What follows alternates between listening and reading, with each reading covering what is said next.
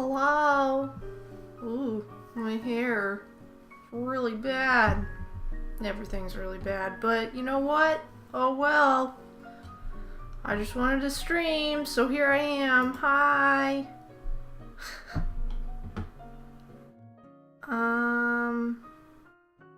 How is everyone? I am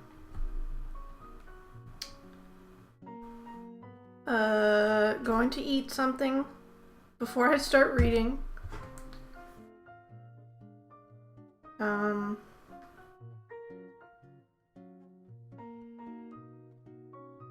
Nothing is bad here. A chilly, lazy afternoon and Paige is streaming. That's all good.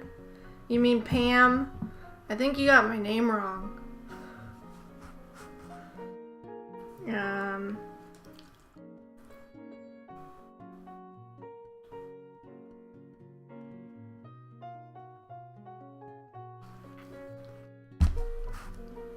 Well, I'm glad to hear you're having a good afternoon, Terry. I really thought Pam was just code. It is. I don't know what it's code for, but it is. I really enjoyed your stream earlier. And, don't know that anyone else is here, but if you are, you should definitely follow Terry because he is great and he does some awesome streams.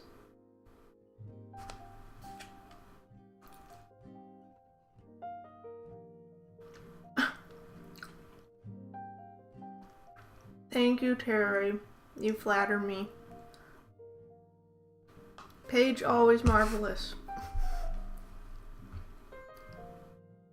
Silly, silly. Okay, so, we're starting a new book today. It's number 7 in the original, well, not the original, but the 60s versions of the Yellowbacks, The Clue in the Diary. And, what you eating? Velveeta shells and cheese. I am not sponsored. But I could be, because I eat these all the time.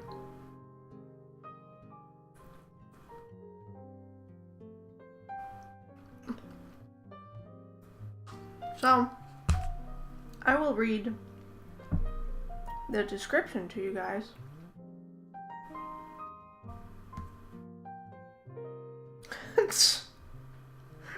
Not sponsored. Not sponsored.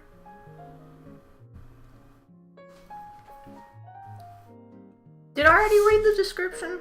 I think I read the description in my last stream. Yeah, I'm pretty sure I did. So, Terry, or whoever else is here, it's really up to you if whether you want to hear the description again. Oh, okay.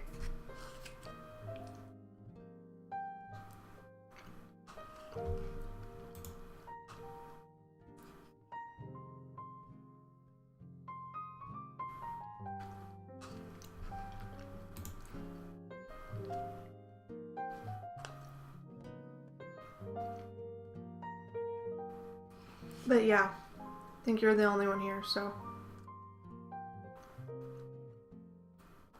you get to decide.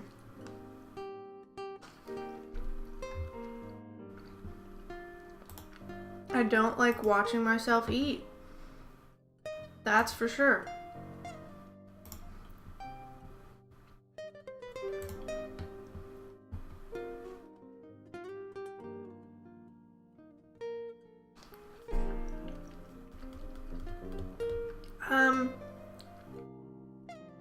What else can we talk about?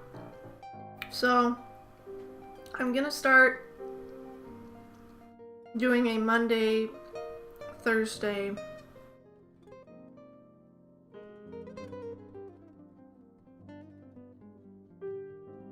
Oh wow, that is crazy.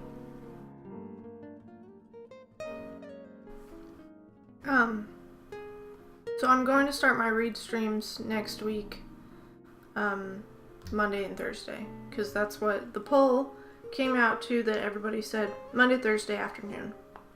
for what I can do. So, maybe around 2. I guess we'll play with the time, because I don't really have a preference necessarily.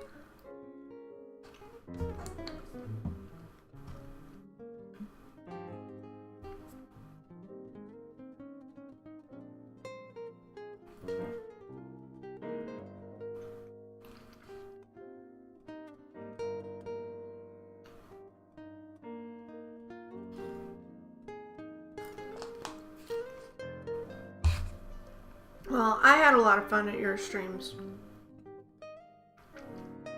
And, it was a good time. Even though I know nothing about Pokemon. I do enjoy hanging out with you guys. Sorry, I have some important text to answer.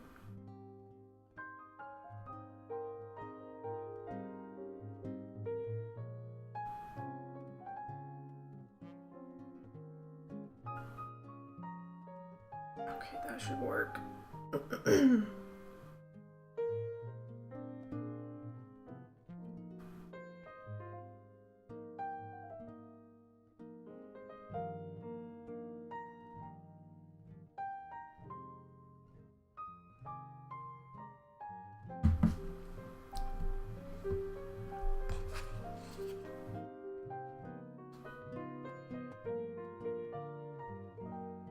I forgot what else I was gonna say.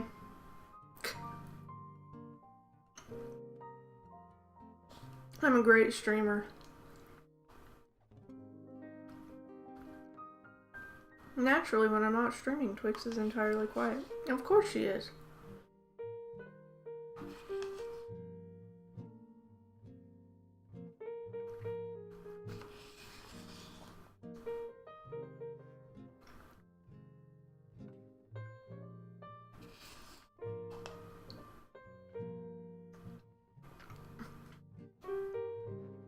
What was her topic of choice today?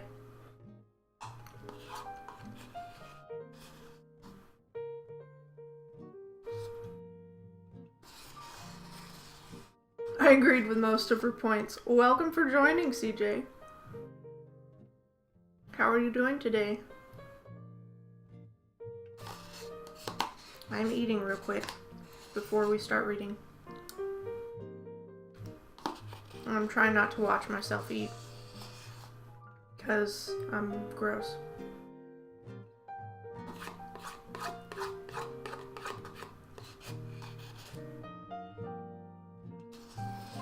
Best flavor of popsicle. There you go. And what is the best flavor of popsicle? We should be asking Twix. I almost said Twitch. The one in her mouth. There you go.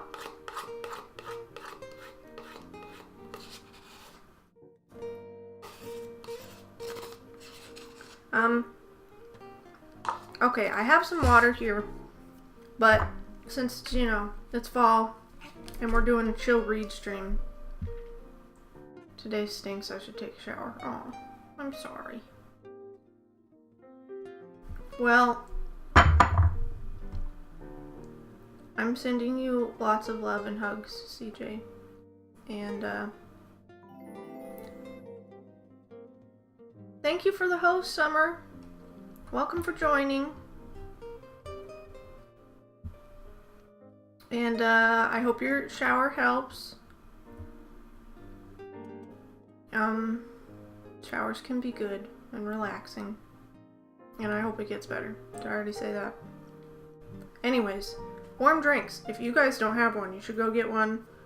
I'm gonna go warm up my cider. Talking literally. Okay.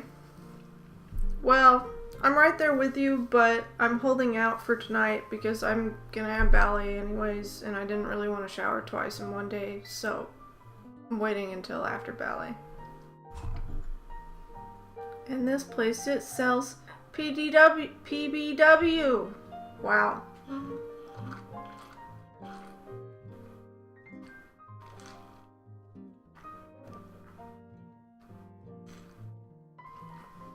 Okay.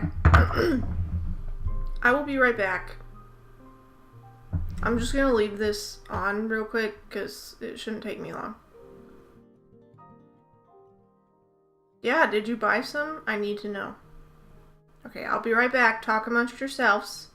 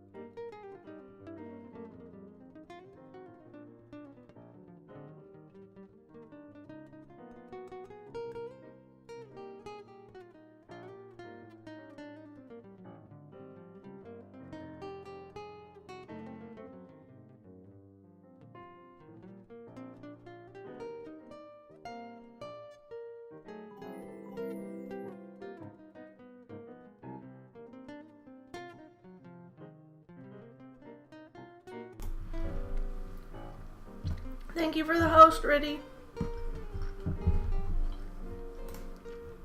Okay, what'd I miss?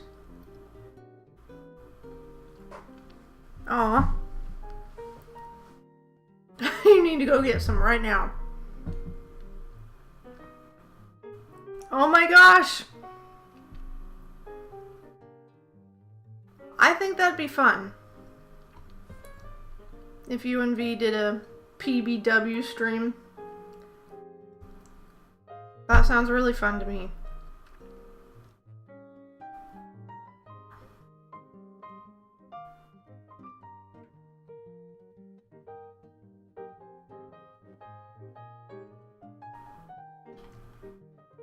Hi, Riddy. How are you? Welcome for joining. You probably watched me and V watch paint dry.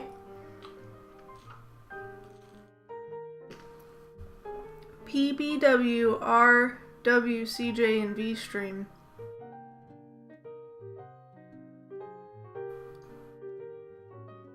Oh. Ranking with CJ and V. I was like, Rob, me, CJ and V?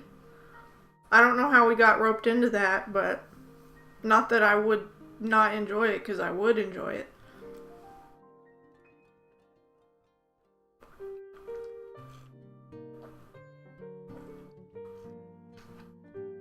I have to pass the approval on to V. Okay. I'm doing good, Ritty. We should probably get this book stream going since it's 30 minutes in and I haven't read anything. So, let's start with a lariat. Let us start.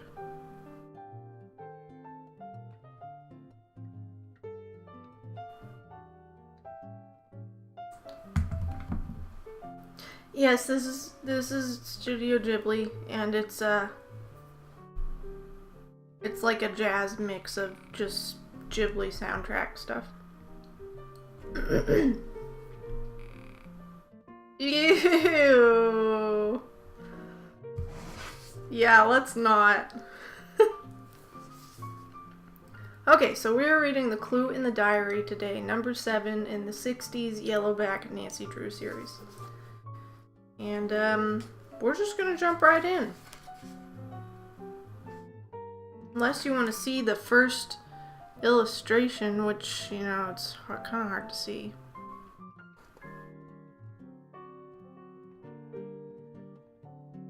But it says, "It's evidence against him," Nancy said to herself. "He can't destroy it."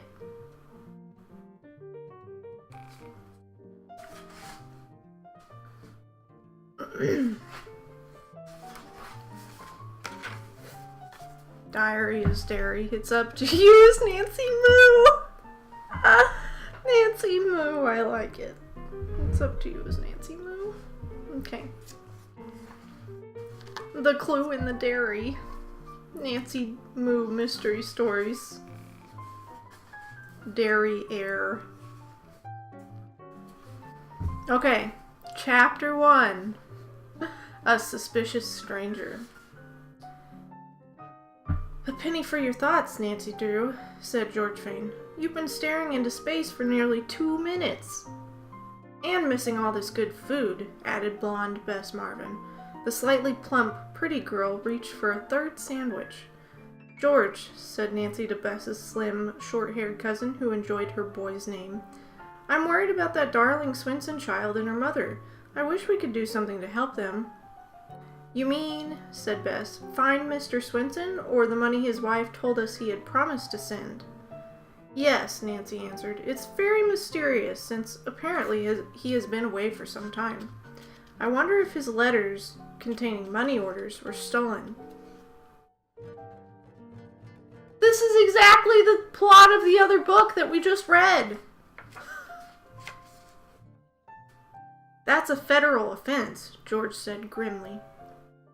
The 3 girls, seated beneath a spreading roadside maple tree, were enjoying a picnic supper. The peaceful spot was halfway between their hometown of River Heights and Sandy Creek, where they had attended a popular annual carnival. Bess chuckled.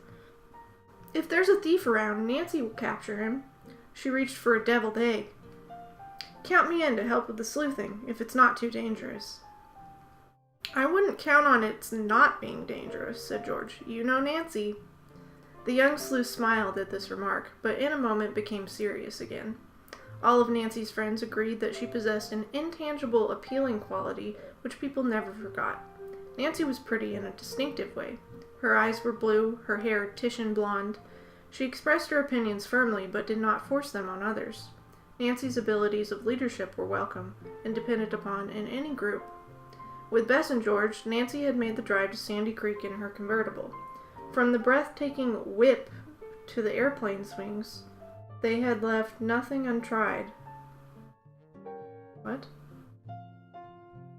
And true to her reputation, Nancy had unearthed an adventure.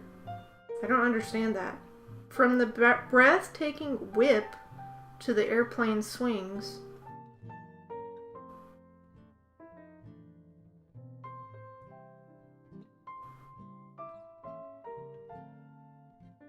I don't know. Her attention had been drawn to a little girl and her mother among the carnival crowd. They had been looking on wistfully, but had taken no part in the fun. Nancy and her friends had sensed that the mother could not afford admission tickets. On impulse, the girls had invited them to go along on several rides. The three had fallen in love with 5-year-old Honey. She was a bright and appealing child in spite of the fact that she looked undernourished. Her dress, though neat, was faded. Honey was so adorable, Nancy remarked, half to herself. Yes, she certainly was, Bess agreed. We must see the Swinsons again, Nancy said thoughtfully. I can't bear to think of that little girl's going without the things she needs. We'll visit the Joe Swinson family someday soon at their home. You wrote down the address, didn't you, Bess? Yes. It won't be easy to do things for Mrs. Swinson, George predicted. That woman is proud. You can see that. I know, Nancy admitted. She didn't like our paying for everything at the carnival, but for Honey's sake she allowed it. Bess, gazing toward the west, observed that the sun was sinking below the horizon. We'd better be on our way, she declared. The girls arose and put the food wrappings into the car. They had pulled into a side road. Now, Nancy carefully steered the convertible over the rough road to the main highway, then headed for River Heights. After the first few miles, Bess slumped down and wearily leaned her head back against the seat while gazing out the window. Nice homes along this road, she observed presently. Mostly country estates, George added. Look at that large house on the hill. Nancy pointed toward one with spacious grounds and a woods behind it. Isn't it a dream? The lawns are so well kept. Just my idea of a country place. Wonder who owns it, George asked. Nancy had no chance to reply. Suddenly there was a tremendous explosion, and in an instant the lovely white house on the hillside burst into flames. Tongues of fire leaped from the windows and doors. There may be people trapped inside, Nancy cried out. We must help them. She drove frantically toward the burning house, pressing the automobile horn incessantly, hoping to attract the attention of neighboring residents. As the girls passed other vehicles, Bess and George shouted and pointed toward the house on the hill. We'll need all the help we can get, Nancy said grimly, if anyone is to be rescued. The convertible swung into the driveway and headed up the hill toward the burning building. And, here's a picture, and it says, there may be people trapped inside, Nancy cried out.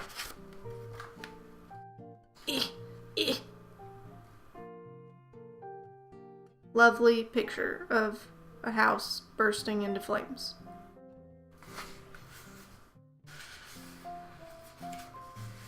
At a glance, it was apparent to the girls that the house could not be saved. Nancy stopped the car, and the three jumped out. If there are people trapped inside, George exclaimed as they dashed toward the house, how can we ever save them? The girls scanned the windows anxiously, but could see no one. Already the smoke was thick, and the heat warned them that they could not enter. Could not enter, at least not from the front. I'll try the back, Nancy told the cousins. The smoke may not be so dense there. You'd better take the car to the nearest house and phone the fire department. As Bess and George hurried off, Nancy quickly rounded the house, only to be met by a heavy cloud of smoke being carried by the wind. It made her cough and choke, and for a moment her eyes burned so that she could barely see. Nancy started forward again, then halted abruptly as she caught sight of a man about to crawl through the back hedge. He seemed to be running away from the burning building. Did this mean he might have set the house on fire? Stop! Nancy cried. The man turned his head, and in the glare of the fire she caught a momentary but clear glimpse of his face. He was very blond, ruddy-complexioned, and square-jawed.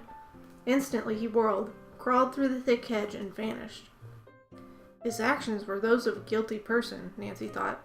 Who was he? She wondered. Nancy saw him again when he stood up behind the hedge. The man was tall and gaunt, and poorly dressed.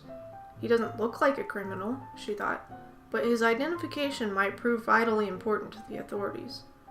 Nancy had an instinctive talent for detective work.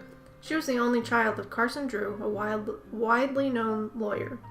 Mrs. Drew had passed away when Nancy was a very young child, and daughter and father had become close companions. They often helped each other on cases. The first mystery Nancy had solved was the secret of the old clock, involving her in a dangerous search for a missing will. Since then, she had successfully tackled other unusual cases. Nancy's most recent adventure, centering around a strange white-robed clan, cleared up the mystery at Redgate Farm. As Nancy stood staring after the stranger who had disappeared into the woods, she heard fire engines clang up to the house. She dashed to the front and met George and Bess, breathless from running. Neighbors were arriving from all directions, some on foot, others in automobiles. The sight of the burning building had attracted passing motorists, and the driveway was quickly jammed with cars. The firemen realized at once that nothing could be saved. By playing heavy streams of water on the house, the firemen barely succeeded in keeping the blaze from spreading to the outbuildings. "What a shame, such a beautiful home had to burn," Bess remarked as the girls watched the firemen work. I hope the owners aren't in there." A woman who was standing nearby turned to answer. "The Raybolt's house has been closed all summer, so I guess no one is inside." "I hope not," Nancy murmured. "So Mr. Raybolt doesn't know of his loss," Bess commented. "What a blow it'll be." "Oh, I guess Mrs. Raybolt can stand it," the woman returned indifferently. "Her husband has plenty of money." "You know them, then?" Nancy questioned. The woman shook her head. "Only by reputation. I live near here, but the Raybolts were never neighborly." "Have they a large family?" Nancy asked. "No, there are only the two of them, and they're a pair. Mrs. Raybolt thinks she's a bit too good for anyone around here." Nancy and her friends gathered that the owners of the ruined house were far from well liked. In spite of the desperate efforts of the firemen, it was impossible to keep the blaze under control. Nancy noted with alarm that the wind was steadily rising and veering to the north. At any moment, the outbuildings might ignite. "Oh," Bess cried, "look, the roof of the house is falling in." A wave of heat drove the girls back a few steps, and unexpectedly a thick cloud of smoke blew toward them. Nancy choked and gasped. When the smoke did not clear away, she ran to escape it. Bess and George had scattered in opposite directions, and when Nancy looked about for them, they were not in sight. Before she could call their names, the wind brought another cloud of dense smoke swirling down upon her. Blindly, Nancy stumbled toward the driveway where it curved around the rear of the house. She ran straight into a small wooden structure, and the impact nearly knocked her over. As the smoke drifted away, she could not help laughing. "Only a doghouse," she thought. Lucky there was no mean dog in it to attack me." As Nancy started back to the driveway, she caught sight of a small, leather-covered book lying a few feet from the doghouse. Eagerly, Nancy snatched it up. She decided that the book must have been dropped that day. Otherwise, the cover would have been ruined by a heavy rain the previous night. Nancy was struck with a sudden idea. When running across the back lawn of the burning house, the mysterious tall stranger must have passed this very spot. Could he have dropped the book? "Perhaps I've stumbled on a clue," Nancy thought excitedly. End of chapter 1. Let's see what I missed.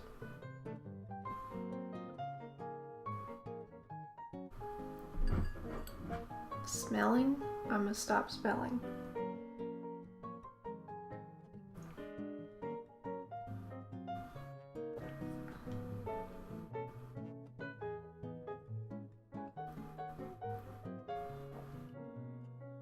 I don't think I even noticed that you said spelling instead of smelling. Welcome for listening. Guessing that's like a ride. Oh, I guess so. Yeah, you're right. I was thinking of it in the context of the convertible because it said they had driven there in their convertible, so I was like, are those like fancy high-speed car moves or something? I don't know. Joe Swanson? I don't even know who that is. Joe Swanson, what a delight with his mountains bars. Is that from a TV show or something?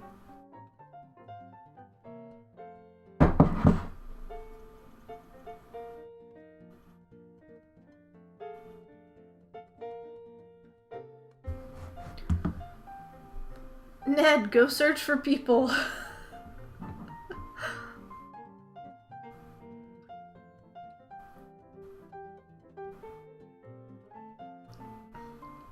Nancy drew category on Jeopardy. Nobody got the $1,000 clue.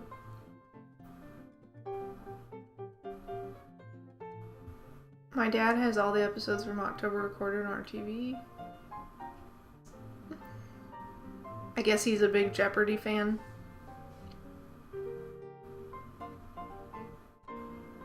Welcome for clapping. Fancy high-speed card tricks. Joe Swanson is on Family Guy. Okay. I don't like Family Guy, so that would be why.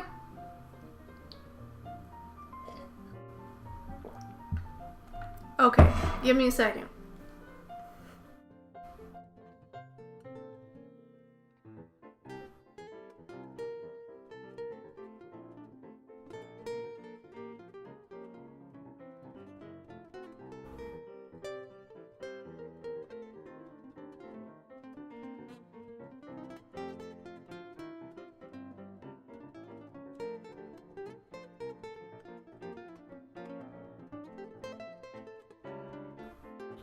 This is important, okay, Terry? I think you'll understand. I have to send some friends the video that I sent you earlier because we were actually talking about it on Sunday. And, I have everybody's phone numbers now, so I'm making a group message and I'm sending it to them, and they're gonna really appreciate it. I know.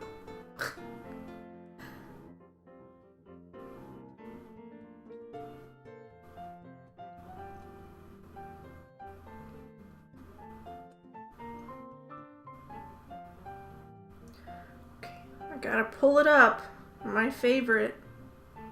Finally saw a TV ad for the upcoming How the Grinch Stole Christmas.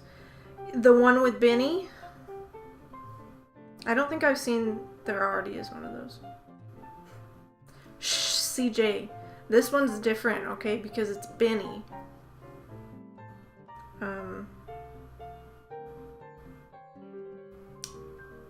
Nicolas Cage... losing his you know what.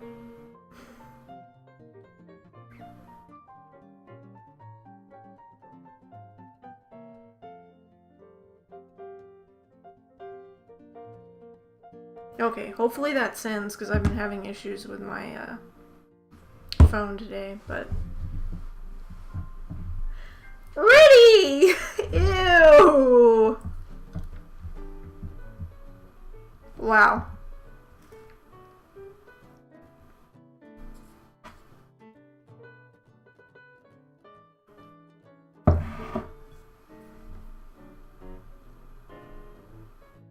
What? It's what you said. Yeah, you're so innocent. Is that the right? Here. Is that the right version of the emote? That's the live version that you get. His dog is gonna be my favorite character. I should have said 3 words about today and stink, stunk. There you go. Okay, ready for chapter 2. An excitable driver. I thought it said dinner at first. And I was like, oh, that sounds more exciting than driver. I wonder if there will be a car chase. I wonder. We should start a counter, actually. Let me see if I can do this.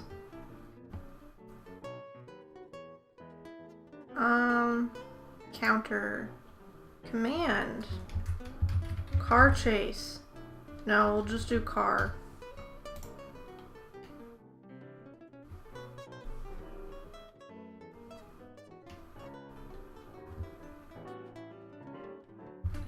Car chases in indie books.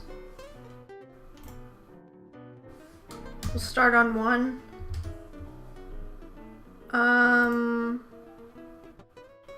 Okay, we'll see how this goes. I'm not sure if I did that right. Oh, you can't corgi butt anymore.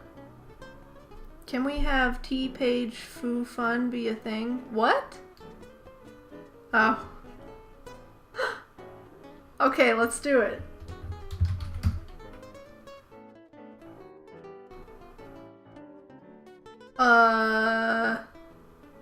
Okay, that's nice and all, but how do you... What?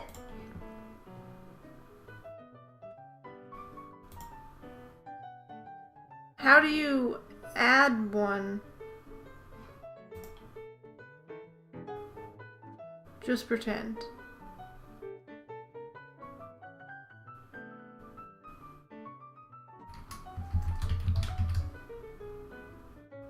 Set. What? I'm so confused. I don't know what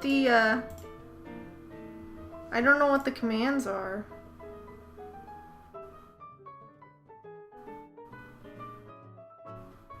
I'm using the Streamlabs chatbot to do a counter. And, no, it wouldn't be through that, because that's a different thing. Like, I don't know how you add to the counter.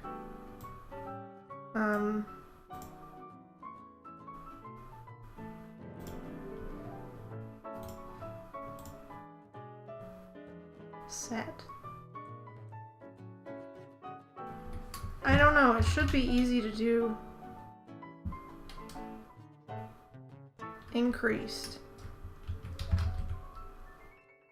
Okay, for some reason it's not showing the number. Okay, it shows the number in my, here, let me start this over.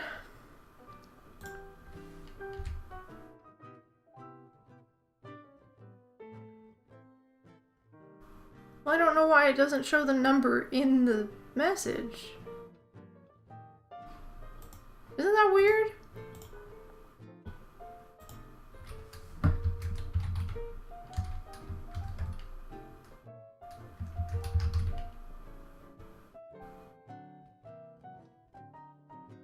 I don't understand. Because it shows up that there's one in the counter on my chatbot, but the number doesn't show up in the chat, the actual chat. Anyways, I'll look at that later. I guess I need to start it over. I will look at that later. Anyways, let's find out if there actually is a car chase.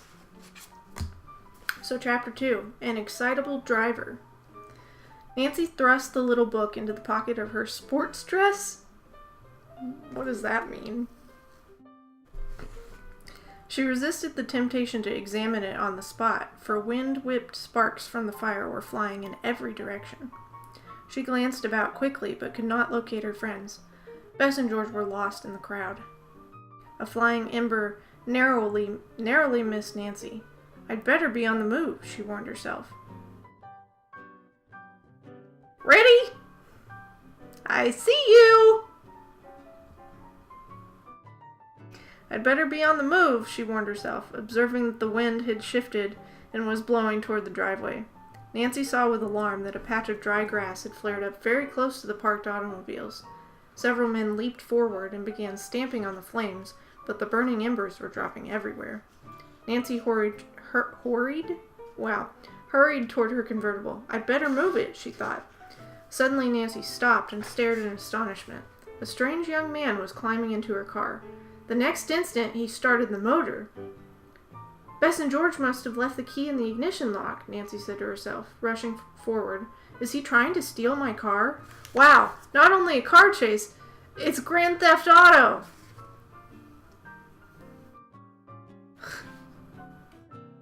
Nancy reached the convertible just as a self-appointed driver started to back it down the driveway, skillfully avoiding the other vehicles, which were parked at various angles nearby.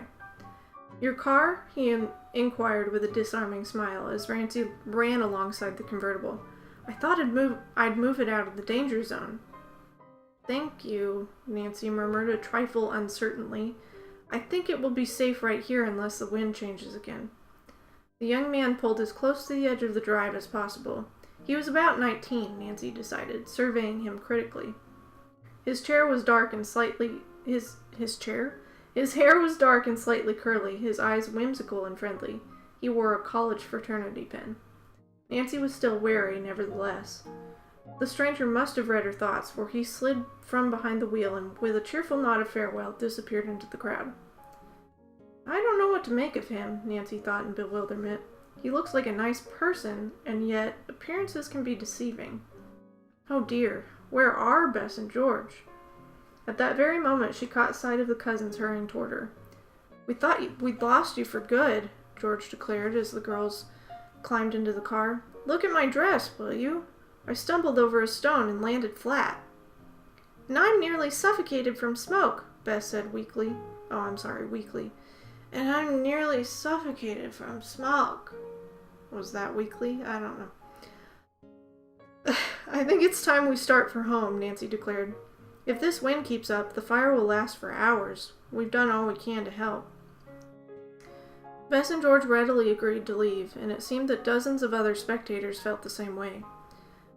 The wind had increased in velocity, posing a fresh threat to all the cars in the vicinity of the burning house. Many vehicles crowded into the narrow driveway leading to the main road, and soon a traffic jam resulted. Horns blasted noisily, fenders scraped, and angry words were hurled back and forth. Why don't they stop honking? George exclaimed impatiently. It doesn't help a bit. We'll be here all night. Inch by inch, Nancy's car progressed toward the main road, with the congested traffic beginning to unsnarl itself. Then suddenly a new shower of sparks descended upon the automobiles nearest the house. The drivers of these cars, anxious to get away from the flying embers, tried to force their way into the line of traffic ahead by crowding in out of turn. Look out! George cried suddenly. That man is going to hit us! Nancy was trapped. The driver apparently had lost control of his sedan. Crash!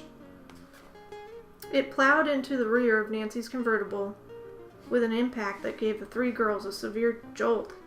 They sat stunned for a moment, but fortunately none of them was injured.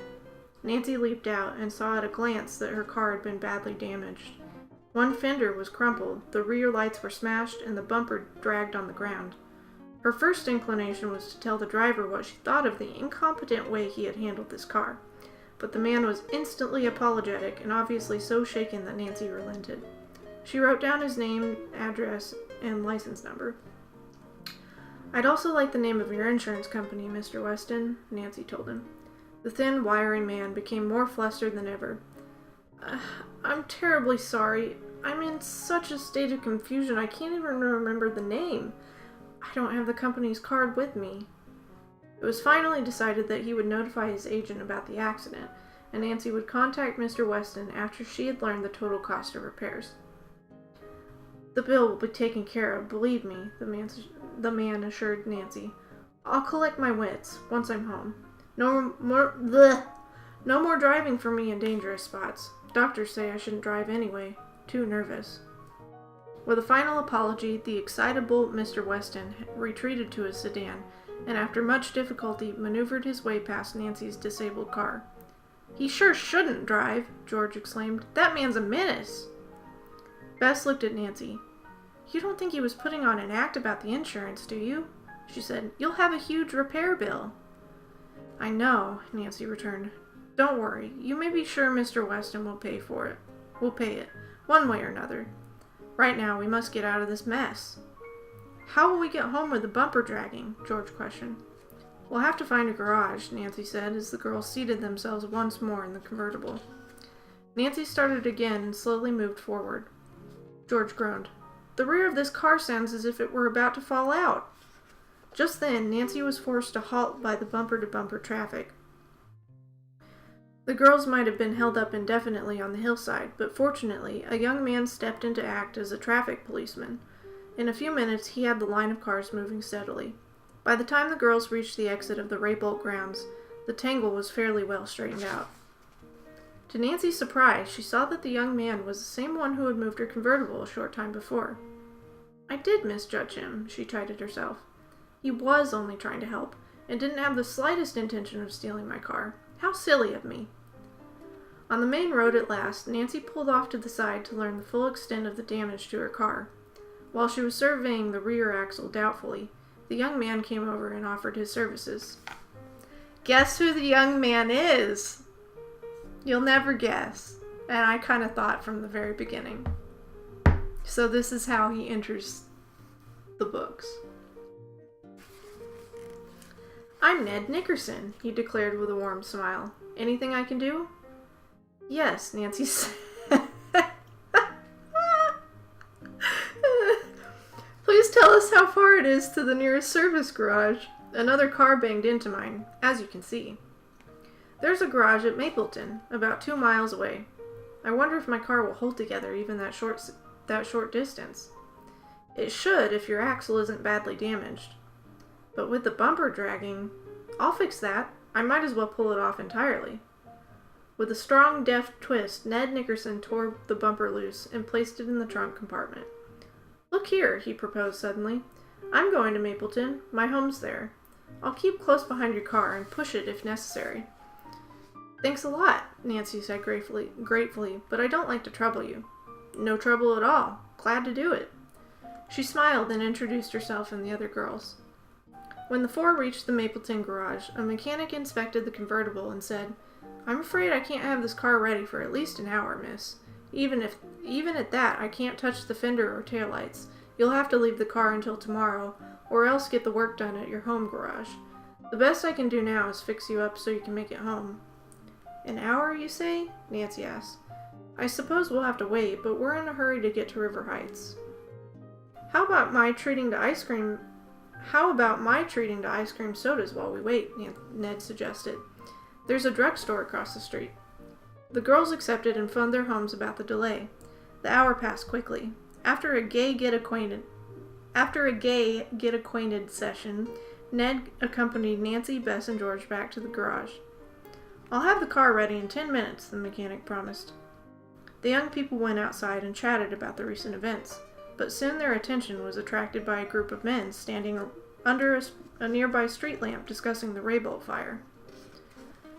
"'Pears mighty strange to me that a fire would start when the place ain't been occupied all summer," one elderly man commented. Old Raybolt deserved to be burnt out," another added. "That skinflint. He'd steal a crust of bread from a starving child." "Wouldn't surprise me if he burned the place down himself to get the insurance," a third voice chimed in. "I wouldn't put it past Foxy Felix." Nancy and her friends heard no more, for at that moment the mechanic announced that her car was ready. "It's the best I could do on such short notice," he told her. "Better have your garage man give it a general overhauling when you get home." While Ned backed the convertible out of the shop, Nancy paid the mechanic and asked him for a receipted bill. She explained that she wished to collect from the motorist who had crashed into her. "I take it Mr. Raybolt isn't very well liked around here," Nancy remarked to Ned as she relieved him at the wheel. "No, he isn't," Ned declared emphatically. "He's about as popular as a tiger who's escaped from a circus." "Apparently they call him Foxy Felix." "Yes, and from all one hears about him, the name is deserved." An odd expression flashed across Ned's face, and he looked intently through the window at Nancy.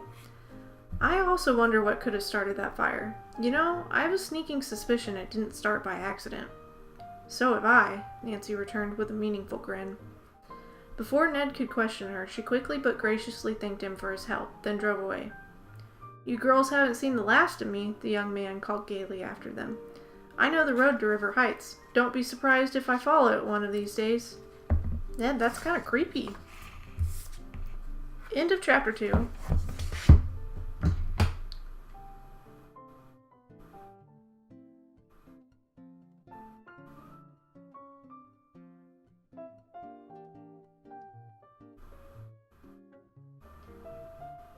Yeah, I was hoping it was an excitable dinner.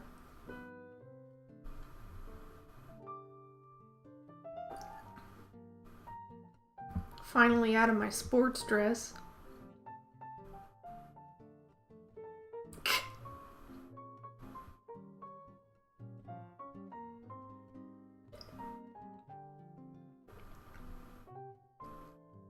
Terror twirls are best twirls. I love my curly chairs. Fortunately, Nancy's dad was a lawyer who will decimate this man. Oh, he'll pay all right. He'll pay! Is afraid of Riddy. Ben Bickerson. He was trying to steal your car, Nancy. Hi, Lexi. How are you? Fred Frickerson. Well, that was dark. Thank you for shouting out, Lexi.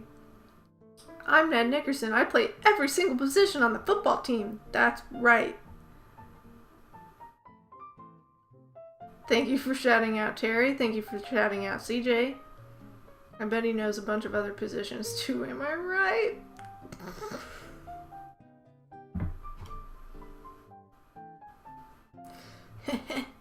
He specializes in teaching yoga, yes. So he does football and yoga. He's very talented. I annoyed CJ. My work here is done. Still has better hair than Loki. Mr. Clean has better than hair than Loki. Or his back. Welcome for clapping. Claps for Ned being creepy. Was definitely not talking about anyone's back. My back hair is legend. Thank you for shouting out, Riddy. Just in case.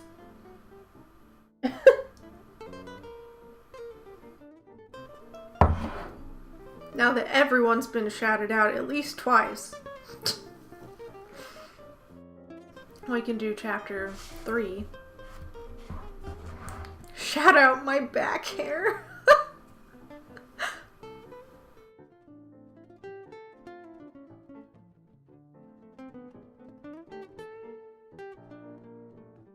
CJ, I will read your message in a second.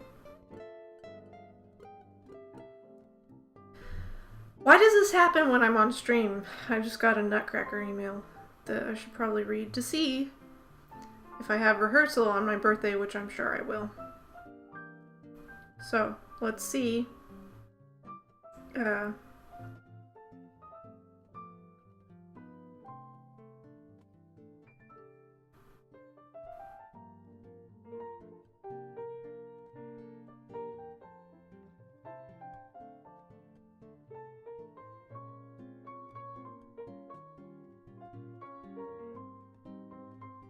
Okay, I don't start until 3.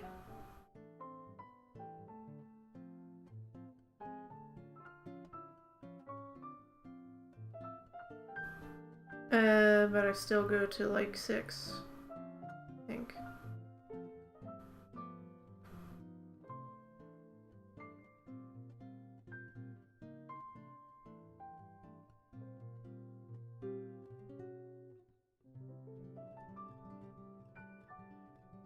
Okay, we're only getting 30 minutes for angels, hour and 15 for snow, hour for flowers, hour for flowers. So yes, I'm still going for the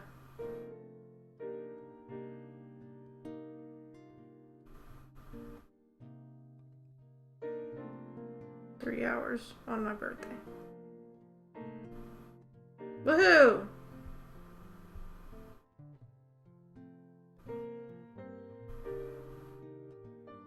Alright, I will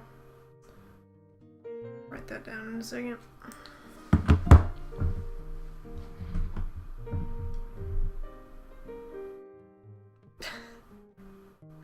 Thanks for shouting out me on my own stream. HS back here. Unknown Twitch channel. Gotta make it a Twitter account at least. This music is super chill. It is Studio Ghibli jazz stuff. I saw someone playing new Jackbox today. Oh.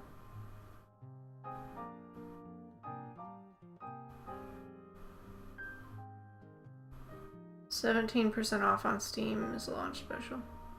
Everyone has been shouted. Thanks. Okay, for real now. No more interruptions. This is going over here. Chapter 3. The Diary. Or should we say, the Dairy. Okay. Did you hear what Ned Nickerson said? Bess Marvin teasingly asked Nancy, who pretended to be intent upon her driving. "You made a hit, all right." "Hit?" Nancy retorted. "The only thing that was hit is the back of my car. Won't Dad be shocked when he sees the wreck I'm bringing home?" "She's trying to change the subject," George chortled. "Look at her blush. You can tell she likes him." "Why shouldn't I?" Nancy defended herself staunchly. "Ned Nickerson certainly helped us out of a tight spot." "He's handsome, too," Bess giggled. "And what a soulful expression in those big blue eyes of his when he looks at our Nancy." "Were they blue? I thought they were—" Nancy broke off as she realized that Bess had deliberately trapped her. "All right, you win," she laughed. "But just to get even, I have half a mind not to tell you what I discovered while we were at the fire." "Oh, come on," George pleaded. "All right, I'll forgive you this time." Nancy was eager to relate what she had observed at the Raybolt grounds, for she wondered if her chums would interpret the incident the same way. She told them of the suspicious, gaunt-looking stranger who had run away from the burning house. "That man must have set it on fire," Bess declared. "Otherwise, why would he be afraid to answer when you called?" "He might have been a tramp who went into the house for shelter," George suggested thoughtfully, "and started the fire accidentally, perhaps from a lighted cigarette." "I thought of that," Nancy admitted. "But it seems to me if the fire had begun that way, it would have burned more slowly. Remember the sound of an explosion and how that house appeared to blaze up all at once?" "That's true," George said, then added, "I guess we'll have to wait for the investigators' reports." There was not much traffic that evening, and the girls reached River Heights in good time. "There's Mother out on the porch," Bess cried as they drew up before the Martman residence. "She's been watching for us." Next, Nancy dropped George at her home and then drove to the Drew house. As she pulled into the driveway, her father and Hannah Gruen, the housekeeper, came rushing out. Mr. Drew was tall and distinguished looking. The housekeeper, pleasantly plump, had a motherly expression. "Are you all right?" they asked Nancy in unison. "Yes, indeed, but I'm afraid my car will never look the same again." "I don't care about the car," Mr. Drew said to his daughter, "as long as you're not hurt." Then he relaxed and asked, "The question now is how big a lawsuit will I have on my hands?" "Suit? Oh, I see. You think I backed into another car. Don't worry. Another car ran into mine. I have the driver's name and license number. I'm to get in touch with him and let him know my repair cost." As they entered the house, Mrs. Gruen went to the kitchen while Nancy and her father turned into the living room. "Tell me more about the fire," Mr. Drew urged. "Whose house was it?" "The owner is Felix Raybolt." "Felix Raybolt? Foxy Felix!" Mr. Drew exclaimed. "Do you know him?" Nancy asked, surprised. "Only by reputation, which isn't enviable. As a matter of fact, just today I accepted a case for a client, Arnold Simpson, who wants to sue Mr. Raybolt. He tells me there are many other people who would like to do so." "What is Mr. Raybolt like, Dad?" "Very shrewd and very unfriendly. I understand he's wealthy." "How did he make his money?" "He deals in patents, and I've heard he made fortunes on some of them." "You mean Mr. Raybolt invents things?" Nancy questioned. "No, he buys patents from inventors and cashes in on their ideas." "Is that legitimate?" "Yes, he has a right to buy a patent and make a profit from it. The unfair part is that Raybolt takes advantage of the inventor by verbally promising to pay him a royalty after he has marketed the device. In fact, that is the complaint of my client. He told me that Raybolt purchased a patent from him covering a certain part for an automatic elevator at a ridiculously low figure, then sold the patent to a manufacturing concern for a much higher sum.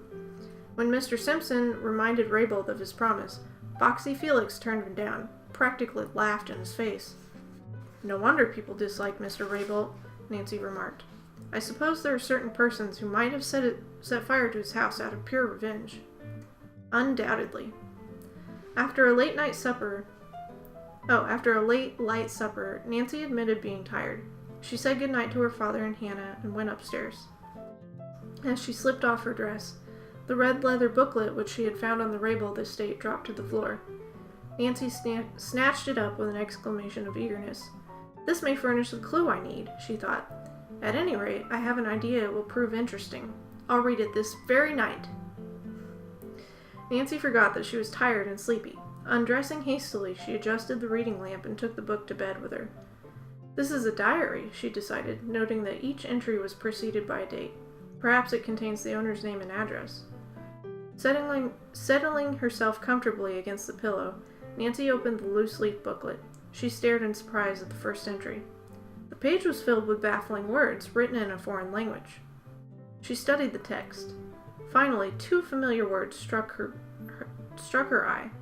Adieu, goodbye, and gudvan, good friend. Swedish, Nancy murmured, recalling that a schoolmate of hers, a girl from Sweden, had often spoken these words in her native tongue. How convenient! Nancy just knows Swedish.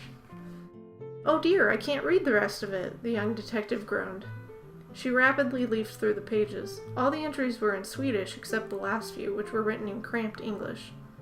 Nancy held the diary closer to the reading lamp and tried to make out the words, but it was a discouraging task, since the letters had been run together in an indistinguishable fashion.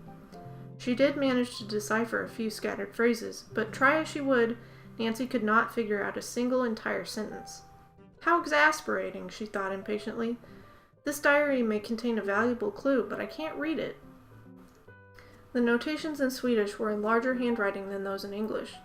Nancy felt sure the diary belonged to a man, for though the writing was small and cramped, the characters were bold. She reflected, too, that if the little journal had been dropped by the stranger whom she had seen running away from the fire, it was all the more important for her to learn his name and what he had written in the diary. I'll have to find someone who can read Swedish, she said to herself. If only Karen were here. But Nancy's former schoolmate had returned to her native country with her family. With that thought, Nancy lowered her pillow, put out the light, and the next instant was asleep. It seemed only minutes later when she was awakened by the ringing of the telephone in the hall. The sun was shining through the windows, and from the angle of the rays, Nancy guessed that it must be after 9 o'clock. Hannah, knowing that she was exhausted, had let her oversleep. With a guilty start, Nancy jumped out of bed. Before she could open the door, Mrs. Gruen came in. "Good morning, Nancy. A young man wishes to speak to you on the phone." "I'll be there in a jiffy. Don't let him escape." Thrusting her feet into dainty black and gold slippers and snatching up her dressing robe, Nancy hurried to the hall telephone. "Hope I didn't get you out of bed." A low, pleasant voice came over the wire. "This is Ned Nickerson." "Oh," Nancy stammered, taken completely by surprise. "You probably think I'm rushing things a bit," Ned went on, "but I picked up a ring at the Raybolts this morning and thought it might be yours." "I didn't wear one yesterday," Nancy returned, finding her voice at last. "George or Bess might have lost one, though. The ring couldn't be theirs. It has a D on it." "Did you find the ring in the ashes?" Nancy questioned with rising interest. "No. The firemen and police won't let anyone go near the ruins. I found the signet ring near the hedge back of the house." There was a brief moment of silence as Nancy mulled this over. Then she asked quickly, "Does that ring bear a Swedish inscription? If it does, I may have a clue to the owner." She was thinking of the stranger she suspected of being the owner of the mysterious diary, the man who had vanished behind the Raybolt hedge. "There is an inscription in a foreign language, but I can't read it," Ned told her. "Say, would you like to see the ring?" "Love to," Nancy confessed. "It may furnish a clue, but shouldn't the ring be turned over to the police?" Ned did not agree. "I believe, at least for the time being, it's a case of finders keepers. The ring was a good distance away from the fire area." "All right then, I am eager to see it. If you'll let me, I'll drop around tonight at 8 and bring the ring along," Ned offered. "Good." After Ned had hung up, Nancy fairly danced back into the living room? She sent one slipper flying toward the bed and the other into the far corner of the room. The young sleuth attempted to convince herself that her jubilant spirits were the result of Ned's discovery. The ring might be a clue to the identity of the person who had set the Raybolt house on fire. Bess and George, she knew, would have interpreted her reaction very differently. As soon as she had dressed, Nancy picked up the diary and placed it in her top bureau drawer for safekeeping. "I wish I had time to go somewhere and have it translated right now," she thought regretfully. "But it's late, and I must take my car to the garage." Nancy hurried downstairs to the kitchen. Mr. Drew had already eaten breakfast and left for his office. Hannah Gruen uncovered a hot plate on the stove. Blueberry muffins," Nancy said. After biting into one, she added, "Oh, this is extra delicious." As she ate, Nancy told the housekeeper about wanting the diary translated. But Kept confidential, I suppose, Mrs. Gruen remarked. It's not often that I can help you on a mystery, Nancy, but this time I believe I can. Okay. Hannah can speak Swedish, can read Swedish.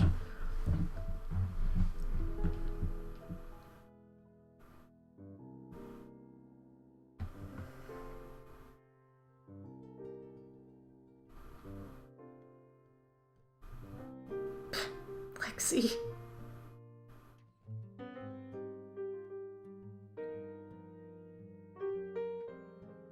I should probably just buy a Jackbox 5 tomorrow and stream that.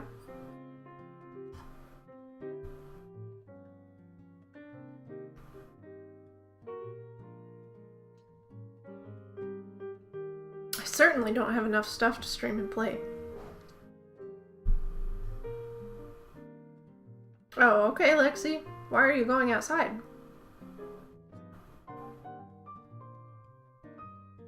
Filmed it.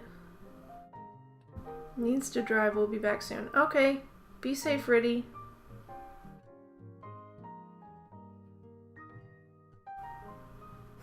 Of course, Nancy fortunately knows every language that benefits her at the time. I feel like that's pretty accurate. It had to have belonged to a man because men press their pencils harder into the page. Please don't misread that comment. No innuendo intended. I understood, CJ. I know it was really sexist because all it said was bold, and I was like, okay, so women don't write with bold letters. Too late. I wasn't thinking that until you said it. I was thinking that handwriting analysts can supposedly tell if a male or female wrote something. Sounds like BS to me. It kind of does me too, but...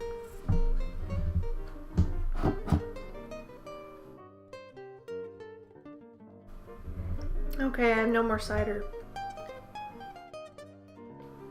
I just realized you might be hearing echoing music. I'm gonna turn that down.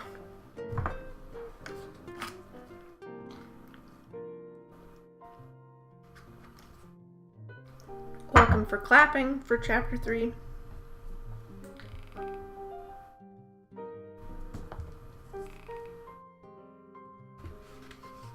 I still have a little bit of the 7-Eleven left. Isn't this interesting?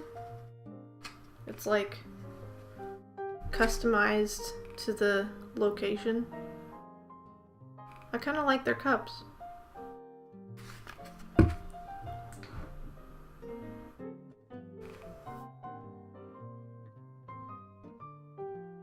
So, ready for chapter 4? I'm sure there probably are people who can tell, but it would be based on, like, gender stereotypes, right? Okay, chapter 4, The Initialed Ring. Yeah, I've never seen ones with, like, particular states on them. So, there you go. You have in Oklahoma since 1953, so I guess that's how long 7-Eleven's been in Oklahoma. Okay. Oh, Hannah, that's wonderful, Nancy exclaimed. But don't tell me you can read Swedish. I wish I could. The person to translate the diary is our old Swedish bakery friend, Mr. Peterson. He has moved his shop to the other side of town. Oh, I remember Mr. Peterson, said Nancy with a chuckle. When I was a little girl and you and I went there, I used to wheedle tarts and cookies from him. And always get them, Mrs. Gruen replied, a twinkle in her eye. You were his favorite customer. I'm sure that he'll be glad to translate the diary for you. Nancy was delighted at the prospect of seeing kindly Oscar Peterson again. Hannah, that's a wonderful idea. I'll go to the bakery first chance I have. Right now, I must have my car fixed. Nancy took the convertible to a garage downtown. The mechanic promised to have it ready sometime the following afternoon. Then Nancy walked slowly homeward. Suddenly, Nancy heard her name called. Turning, she saw Bess and George hurrying to meet her. You must be daydreaming about Ned, cried George as the cousins swung into step beside her. We shouted 3 times. Sorry, Nancy laughed. Fess up now. Weren't you thinking about him? Bess prodded. An animated expression came over Nancy's face. Her eyes danced mischievously as she told her bit of news. Ned phoned this morning before I was up. I told you, Bess exclaimed. You did make a hit. Wish I had your technique.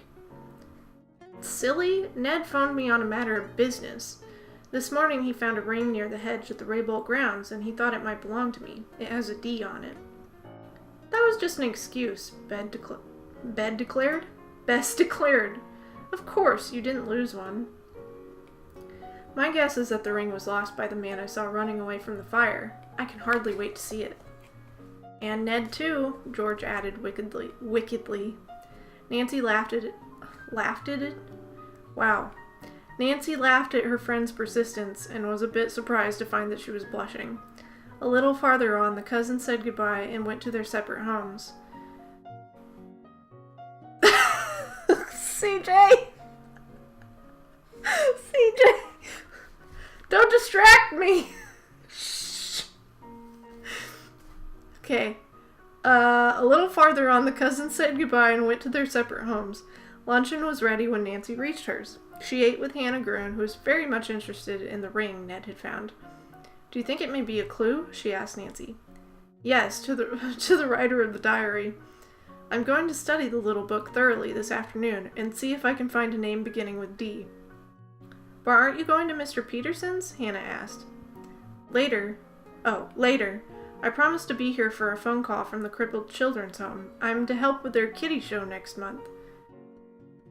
In the meantime, I think I'll call Mrs. Swinson to see how she and Honey are, and if she has heard from her husband yet. Sorry, said the operator when Nancy had dialed. That number has been temporarily disconnected. Nancy surmised Mrs. Swinson had been forced to give up her telephone because of lack of funds. As soon as my car is repaired, I must drive to their house and see Honey and her mother, Nancy decided. I only hope Mrs. Swinson will let me help. Nancy spent the next few hours poring over the diary, but nowhere did she come across a name beginning with D. She made one important discovery, however. At the bottom of a page written in Swedish, Nancy found a tiny ink drawing. She deduced that it was a diagram for some part of an electronic machine. I'll make no progress until I have Mr. Peterson translate this book for me, she thought. Nancy was on the verge of going to the bakery by bus, but a glance at the clock told her the place would be closed. Besides, it was almost supper time. When Carson Drew arrived home, Nancy mentioned that her new friend, Ned Nickerson, was calling that evening. Oh, I see, her father drawled teasingly. You want me to find it convenient to be away? Is that it? Of course not. I particularly want you to meet Ned. He's bringing a ring that may interest you. Not a diamond, I hope. Dad, Nancy cried in exasperation. You're as bad as Bess and George. Ned, Mr. Nickerson, is coming here on business. In that case, the lawyer said, his eyes twinkling, I promise to be very proper and not embarrass you by asking the young man his intentions. You're absolutely hopeless, Nancy laughed, gave her father a hug, and ran into the kitchen. Even though Ned's visit was to be one of business, Nancy coaxed Hannah to bake a cake to be served with ice cream later in the evening. Mrs. Gruen smiled knowingly and immediately set to work. After supper, Nancy washed the dishes, then hurried upstairs. There was barely time for her to change into a flowered dress and high-heeled shoes before the doorbell rang. She hurried down to admit Ned. The first greeting over, they were both a trifle embarrassed and felt a little shy. Nancy was glad that her father appeared just then, for the introduction relieved the situation. She could tell that Mr. Drew liked Ned by the hearty way in which he shook hands.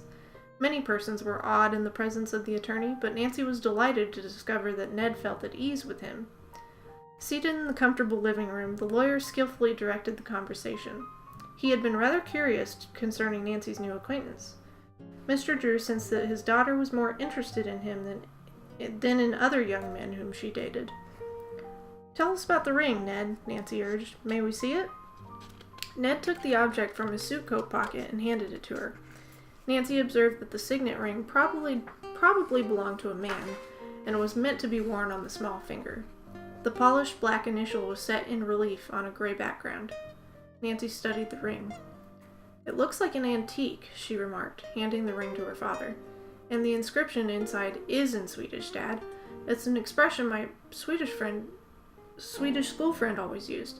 Bar denna med tur. Wear this in luck. The discussion was interrupted at that moment by the ringing of the hall telephone. Carson Drew rose to answer it, and after a short conversation, came back and said regretfully to their guest, "I must go down to the office. New development in a case, so I must excuse myself. Sorry. Glad to have met you, Ned." After Mr. Drew had departed, Ned told Nancy the details of his call that morning at the Raybolt grounds. He had gone there before breakfast in order to view the wreckage before the arrival of curious townsfolk. The house had been razed by the fire. Nothing had been salvaged. Did the investigators find a clue to the cause of the fire? Nancy asked. So far it's only a theory, Ned replied, but I learned that the police and fire officials surmise explosives in the cellar may have been set off by remote control. But how? And by whom? Nancy queried in amazement. They have no idea. Even a passing car with a radio sending set could have done it accidentally. The house is pretty far from the road, Nancy countered. To herself, she added, could that fleeing man who dropped the diary have used remote control and not ever have been inside the house? Her thought was interrupted by Ned. It's a queer case, he said. Old Foxy Felix will get quite a jolt when he hears about the fire. Doesn't he know about it yet? Nancy asked in surprise. Not according to the latest reports. The Raybolts are still away. The neighbors tried to get in touch with them at the Seashore Hotel where they usually stay, but they're not registered. I wonder how much they'll lose. Even with insurance, I'd say a goodly amount, including furniture and irreplaceable art objects. That will be a blow to the Raybolts, Ned. Yes, but everyone around Mapleton seems to think the old man had it coming to him. You hear all sorts of stories about the way he has connived to make money at other people's expenses. At other people's expense. Nancy nodded, recalling what her father had told her. I'm curious as to how Mr. Raybolt especially will take the loss. In the worst spirit, I imagine, Ned grinned. If I find out, I'll let you know. I wish you would. Nancy was tempted to tell Ned about the diary, but decided not to until she knew more about it herself. After a very enjoyable evening, which ended with ice cream and Hannah's cake, Ned reluctantly stood up to depart. I don't know what to do with this ring, he said thoughtfully. Why don't you keep it, Nancy? I will if you want me to, she said eagerly. Perhaps I'll find a clue to the owner through the inscription. That's what I figured. Let me know if you do, Ned grinned. On second thought, perhaps I'd better drop over now and then to inquire. Nancy's smile gave consent. A smile cannot give consent. Only words can give consent, kids. Just know that. Ned was still lingering on the porch steps when Carson Drew came up the walk. Nancy repeated what she had been told about the Raybolts being unaware of their loss. The lawyer raised his eyebrows in surprise. Odd it's so hard to locate Raybolt. Perhaps for the sake of my own client, I'll look into the matter. Why don't you, Dad? Mr. Raybolt may be able to furnish a clue to what caused the fire. You're right, Nancy, the lawyer said. Raybolt may have had enemies who deliberately set fire to the house. If so, this might affect my case. The lawyer did not reveal why. A few minutes later, Ned said goodnight, jumped into his car, and drove away. How do you like him? Nancy asked Mr. Drew hopefully as they walked into the house together. Nice boy, the lawyer commented. I suppose I'll be seeing a lot of him from now on. Could be, Nancy laughed, kissed her father, and ran off to her room. She did not retire immediately. Instead, she examined the signet ring more carefully. Finally, she placed it in the bureau drawer with the diary. I have 2 clues now instead of 1, Nancy assured herself jubilantly. But the question is, are they connected? As she undressed, Nancy determined to call on the Swedish baker early the next morning. I must find out what the diary says. End of chapter 4.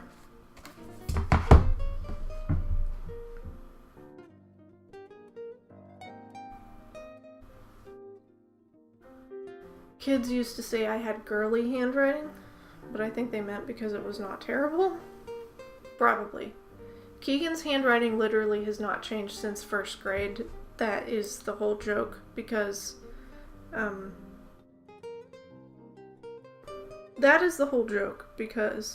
in 1st grade, Keegan won, best penmanship or whatever, And I guess he just never bothered to make it any better because he thought it was good enough, so it looks exactly the same as it did in first grade.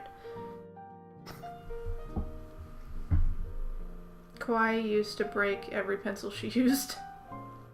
Mr. Peterson, Norm. So, yeah, Carolyn Keene. Use a pen, Kawaii. She made a hit.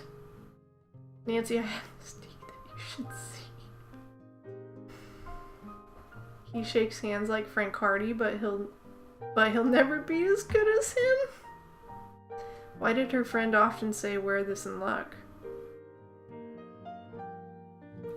I don't know. Keegan knows to stop when he's ahead.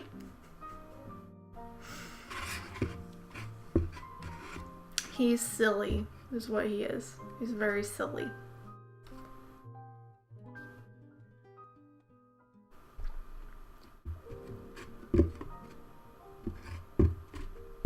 Nobody said anything about my consent. Which, it wasn't a joke. It's very true. You cannot... Consent is not smiling. That's not the same. You have to speak to be able to consent to something. Doesn't matter what it is. Just saying. I think that's better when it's cold, actually. This is the pumpkin spice thing. Trying to decide if I need a bathroom break. It was true. Yeah, I'm gonna go to the bathroom real quick, so I'm just gonna leave you on a be right back screen. And, oh, I gotta sneeze. Or not. That's been happening a lot lately. Okay, I'll be right back.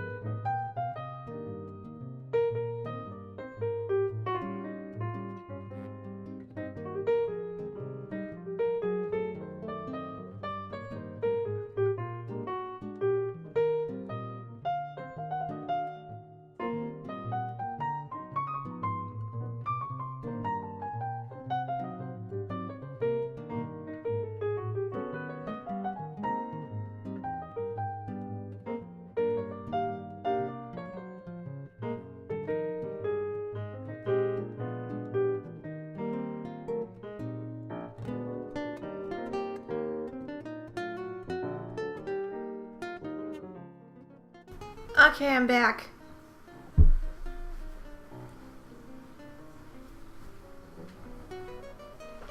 Okay. I've got my blanket. Oh, why am my OBS thing turned red for a second? Thank you for welcoming me back to my stream. I can't get comfortable. I need a real, gaming chair. Okay, we shall continue on to chapter 5, and that may be the last chapter. We'll either do 1 or 2 more chapters.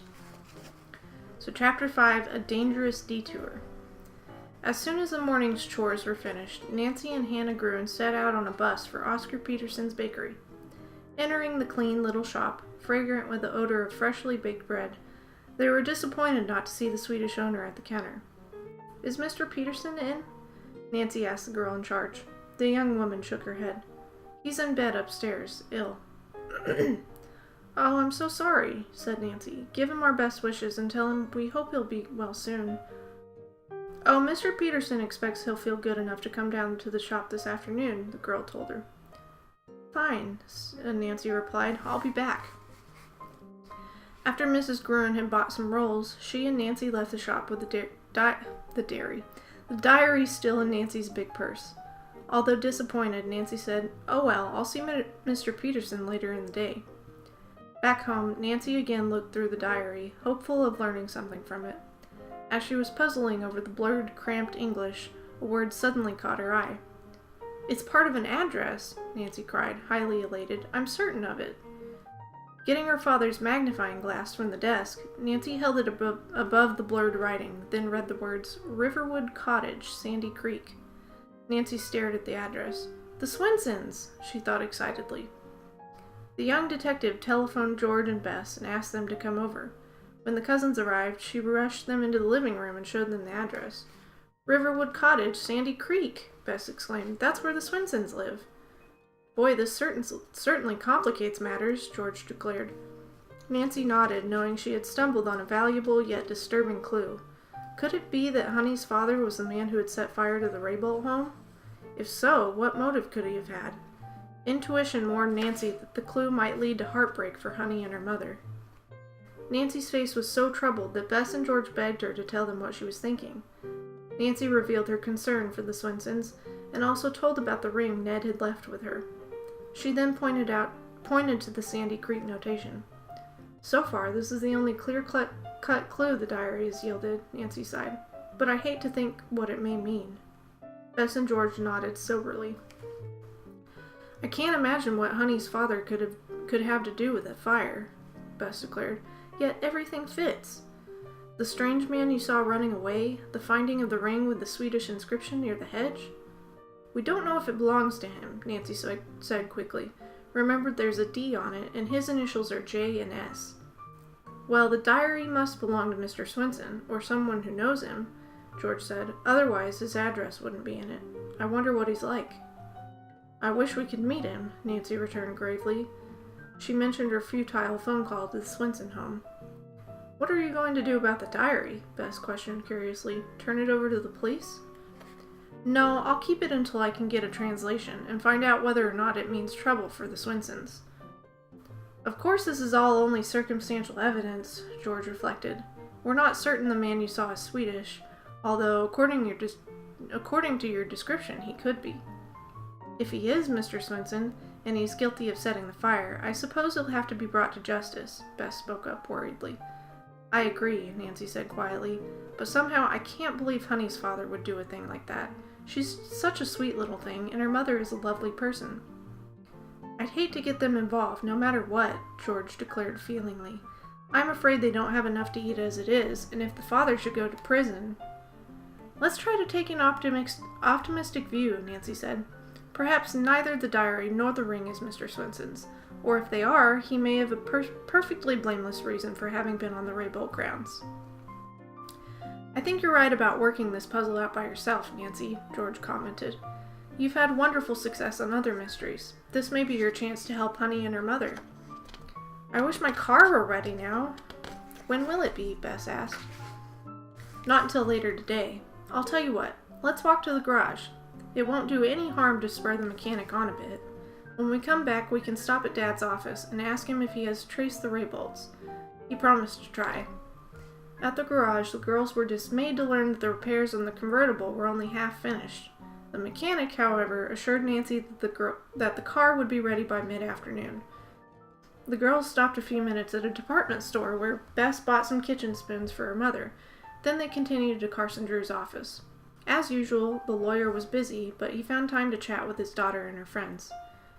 I had my secretary try to get in touch with Mr. Raybolt, he told Nancy, but so far she hasn't been able to locate him, or his wife. They seem to have vanished. Maybe Felix Raybolt has gone into hiding, Nancy suggested with a wry smile. Oh, I've no doubt he'll be heard from once the news reaches him that his house has been ruined, said Mr. Drew. I'll keep trying to locate him. It was nearly 12 o'clock when the girls left the lawyer's office. Bess and George said they must go home to luncheon. "Come have a bite with me," Nancy urged. "Then we can all go to see Mr. Peterson, if you don't mind taking the bus." George and Bess eagerly accepted the invitation. They were as curious as Nancy concerning the contents of the diary. Anna Gruen served a delicious meal, and it was nearly 3 o'clock before the girls finally boarded a bus to call on the Swedish baker. "I'm dying to know what the diary says," George declared enthusiastically. "I hope it won't make things look any worse for Honey's father," Bess murmured apprehensively. As they alighted near the bakery, the girls were distressed to see an ambulance parked directly in front of the shop. A small group of spectators had gathered. "There's been an accident," Nancy exclaimed, quickening her step. "Oh, I hope nothing has happened to dear old Oscar Peterson." The girls reached the bakery at the same moment that the ambulance drove away, siren wailing. "What happened?" Nancy asked a woman who was standing near the door of the shop. "Was someone hurt?" "It was Mr. Peterson. He had a relapse, and the doctor ordered him to the hospital. Expect he'll be there a few days." "How dreadful," said Bess. "But Nancy, what will you do about the diary now?" Nancy, mainly concerned about the kindly baker, did not answer immediately. Finally, she suggested that they ask the baker's assistant if she knew of anyone who understood Swedish. "Yeah, I know, right, CJ?" The woman gladly called several people, but none were at home. Nancy even phoned her father to see if he could recommend someone, but Mr. Drew was not at his office. The girls were a little discouraged, but Nancy said, "We can still work on the mystery. My car should be finished by this time.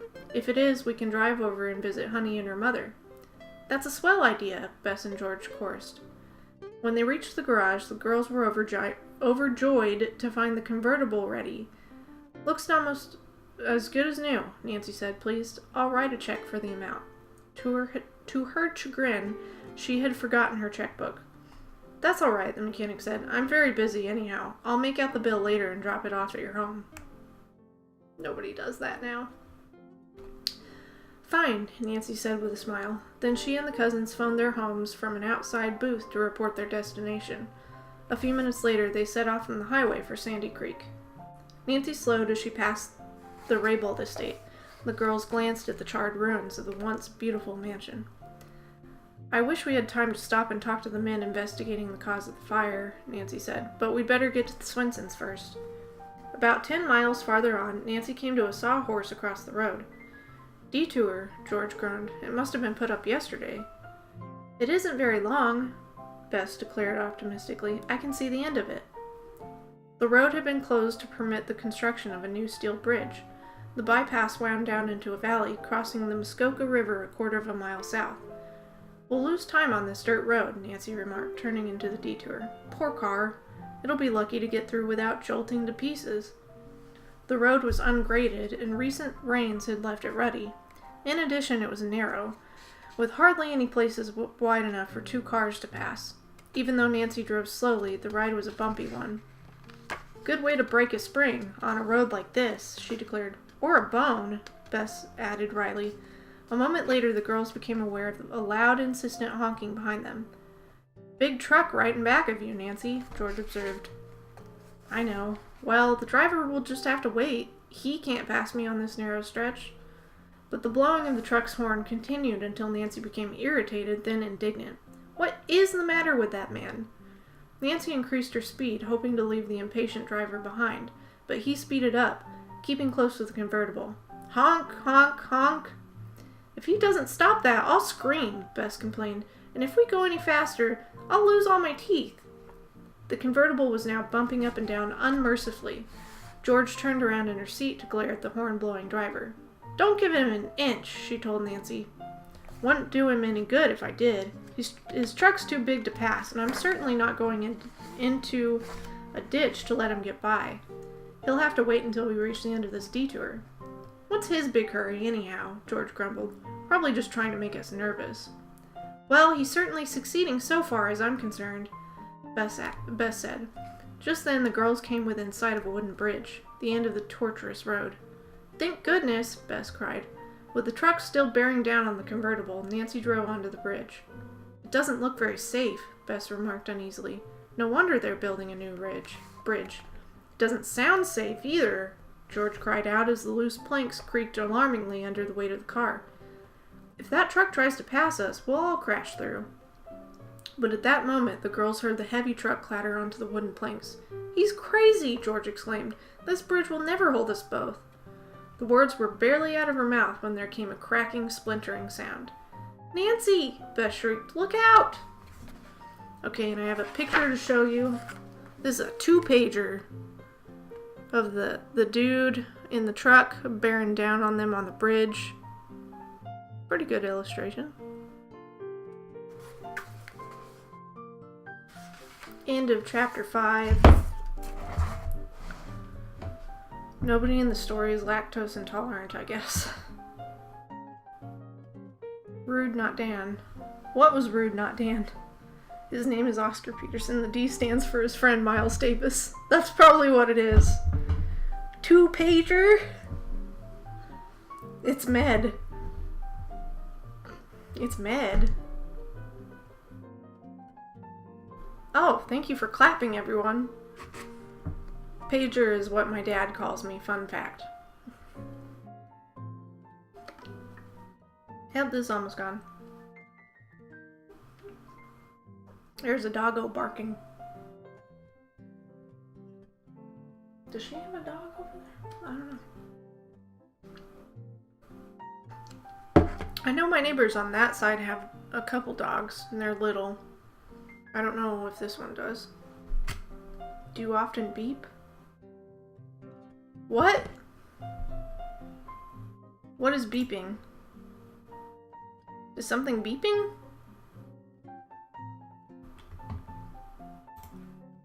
I'm concerned. Riddy, what? Oh, pager! I got you.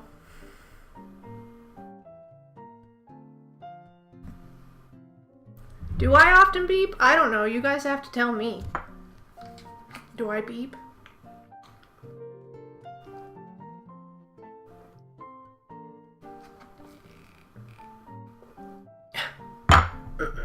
Do I beep? Yes or no? Her brain just beeped.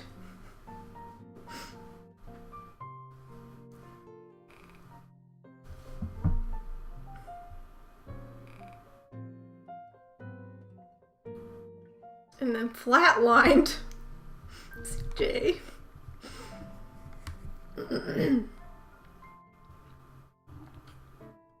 Or do you meep meep? Meep.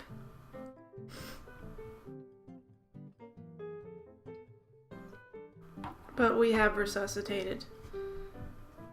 Okay. Roof runner. Roof runner. Meep meep.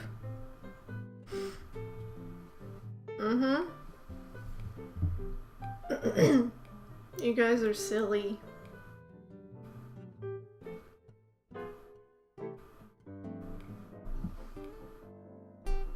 Okay. Probably do... What is happening? The computer is trying to do something. I don't even have a brain. I kind of feel the same way lately, CJ. Like the past couple weeks... Oh, Steam wants to restart. The past couple weeks, my brain just hasn't been functioning, so... I'm just saying ridiculous things or not saying the correct things, and... I don't know. It's ridiculous. Anyways, we shall continue. Probably last chapter today. Chapter 6, Nancy's strategy, which I thought said surgery. Nancy's surgery. Surprise!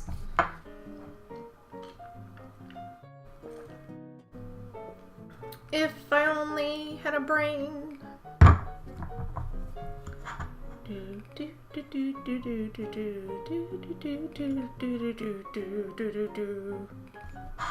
There you go. Fun fact about me, I was very obsessed with the Wizard of Oz growing up. So, That C in CJ stands for Carecrow, not having a brain, but so gosh darn caring. Oh, Carecrow. Okay. At Bess's warning, Nancy glanced at the rear view mirror and saw that the driver of the heavy truck did indeed intend to pass her. There was only one way for her to avert an accident: take her car full speed ahead. "Here goes!" she cried out, and the convertible shot forward. The three girls held their breaths, praying that the bridge would be strong enough to hold both vehicles. The old bridge creaked and groaned, but held up despite a plank cracked by the truck. Nancy had barely reached the far end when the truck sped past her at an alarming rate. It grazed her car and tore off part of the bridge railing. The driver rushed on, pell-mell. "That fellow's a madman," George exclaimed angrily. "He should be arrested for reckless driving."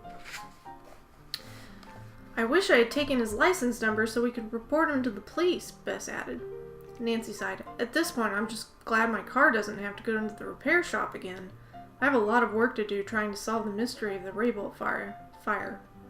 As the girls drove on toward Sandy Creek, they finally forgot their indignation. When they reached the town, Nancy asked a policeman for directions. Following these, she arrived at a section near the river where small houses were crowded together. Bess and George carefully scanned the weather-worn cottages, searching for one with the name Riverwood. Bess caught sight of it first. "I see Honey out front," she said eagerly. "Look, isn't she sweet?"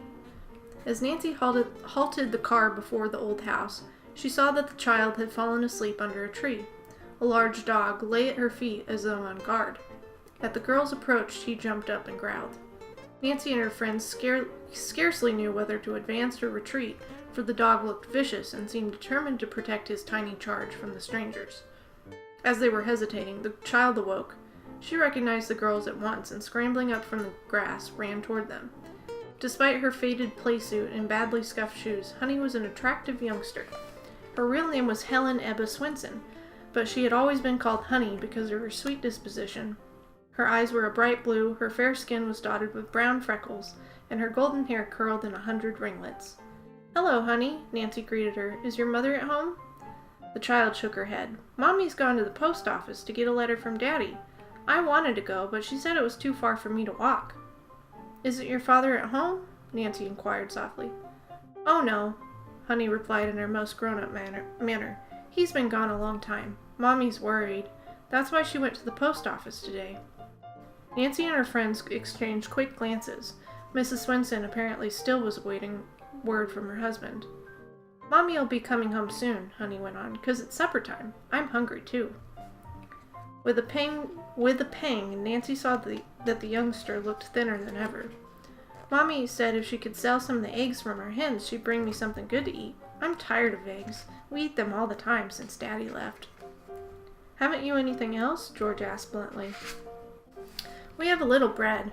Mommy says we must make our money last until we hear from Daddy. She doesn't know where he went, and she cries a lot." Honey went on to tell the girls about her dog, Hans. Daddy and I used to take him walking. Hans misses Daddy same as I do. Nancy, let's all go in the house. I want to show you my toys Daddy made." Honey led the way inside. The living room was neat and smelled fresh and clean. There was little furniture, one very small rug, and no draperies at the windows. Nancy's eye was attracted to a photograph that stood on a small table. "Whose picture is that?" she asked Honey. "My Daddy," Honey answered proudly. Nancy's heart sank. It was a photograph of the stranger she had seen running away from the fire. "Oh dear," she thought, "this is the worst situation I've ever been in." By this time, Honey had brought out her toys from the cupboard. All were homemade, and several were mechanical, each one cleverly fashioned. "My Daddy's an inventor." The little girl had trouble pronouncing the word. "That's why he went away, to get back one of his inventions." Nancy, Bess, and George looked at one another horrified. The same thoughts raced through their minds. Mr. Swenson, an inventor. The Swedish diary Nancy had found at the scene of the fire. Mr. Raybolt's broken promises to inventors. Bess, to hide tears that were gathering, walked into the kitchen. On impulse, she opened the refrigerator and cupboards. They were practically empty. She came back and whispered to the others. "Something must be done," Bess declared. "Why, Honey and her mother haven't even enough to keep them from starving. It's up to us. It's up to us, Nancy announced firmly. I have an idea. We'll all eat supper here. As George and Bess looked puzzled, Nancy hastily explained her plan. She would drive to Sandy Creek, pick up Honey's mother, and purchase enough food for supper. We'll have a regular feast, she promised. How much money do you girls have with you? $2.10, Bess said, opening her purse. I only have $1 with me, George announced apologetically.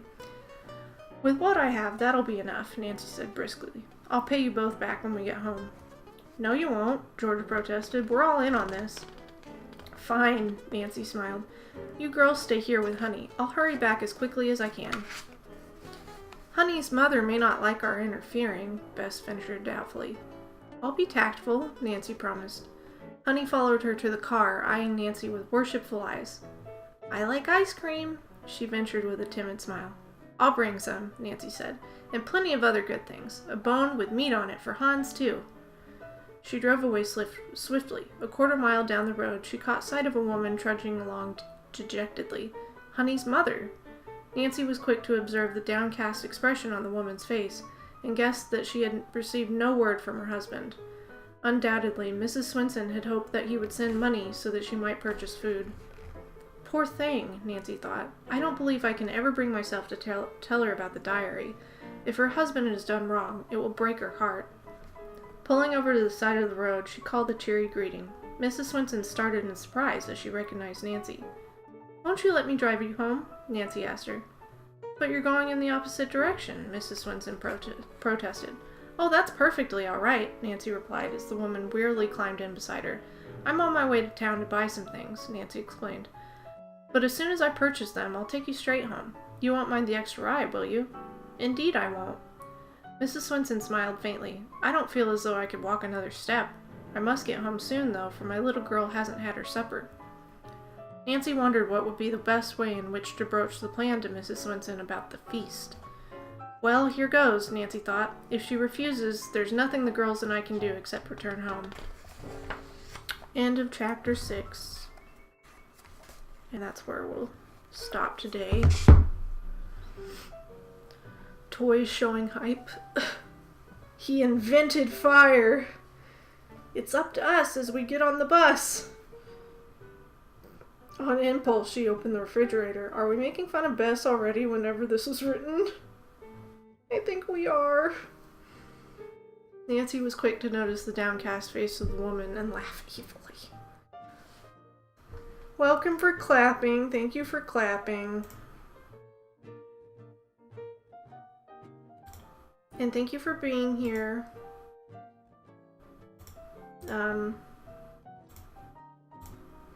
So the next time I'll stream is on Thursday, and I'll probably try 2 o'clock again and see how it goes. Got hand caught in headphones while trying to clap. Aw, CJ. Well, thank you for, welcome for trying to clap, I guess. So other than that, I don't really have any announcements. I don't know when the next Nancy Drew stream is going to be. It's just been really busy. So maybe we can aim for, after Nutcracker. That's at the end of November. So maybe like after Thanksgiving sometime. Yeah, I hate to do that, but it's just hard to stream things right now because I only have one monitor and just the computer back here, so I'm not streaming on Xbox or the Switch or anything like that. Aiming for the nuts. What? I mean, what? So, right now I'll probably just do read streams pretty consistently, and then, you know, just keep you updated as usual. Oh, aiming for after Nutcracker. Aha! Gotcha. Yeah. Once Nutcracker's over, I feel like I'll just feel better, I think. I am happy that I'm doing it, but It does take up weekends, which just makes me really tired, and I don't know. Then I'm like trying to make up for that lost time during the week, and it's just difficult, and I will try to indie in your place. Yes, CJ, you should. That sounds great. I really do want to indie. The issue is, I would be more up for doing it, but the issue is the indie that we're on is the one that I wanted Keegan to play, and we're going to have to start it over, because literally, you guys, the last stream that I did, it was the day before Keegan's seizure. That's how crazy it was. So he won't remember any of it. So we'll have to start it over, which is fine because it's been so long anyways. But that just takes 2 people to figure out their schedule together, and that's more difficult for him.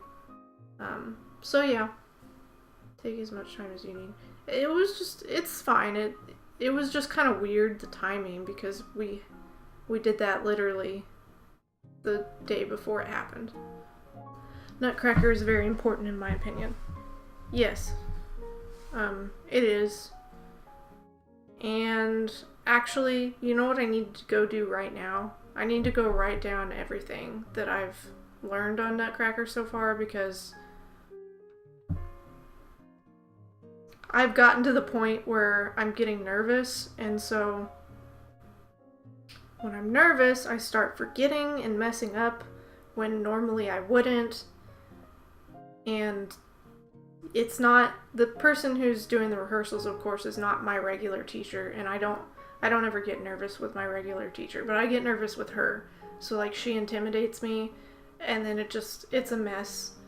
So rehearsal was not good last Saturday, and I just need to go through and probably like sit down and think through the things and probably practice a little bit. I need to re-sew my point shoes. I'm not excited about that. I need more anyways, but yeah, now I'm rambling, I'm sorry. But yeah, thank you. I'm sure it'll be fine. I'm now gonna be in my head with it and probably overthinking and just worried that I'm gonna forget something. So yeah, and oh, by the way, remember how I went off on that ramble? I think maybe only CJ was here last time about how I was gonna apply for grad school. Well, I already missed the deadline. It was yesterday, so I need to look and see what the deadline is for summer. I missed the deadline for spring, so but I don't think I'll be ready for spring start anyways. I was thinking about starting in summer. So it's just a lot. There's just a lot going on. I didn't think I'd be this busy this fall, but and it's a good busy. It's good.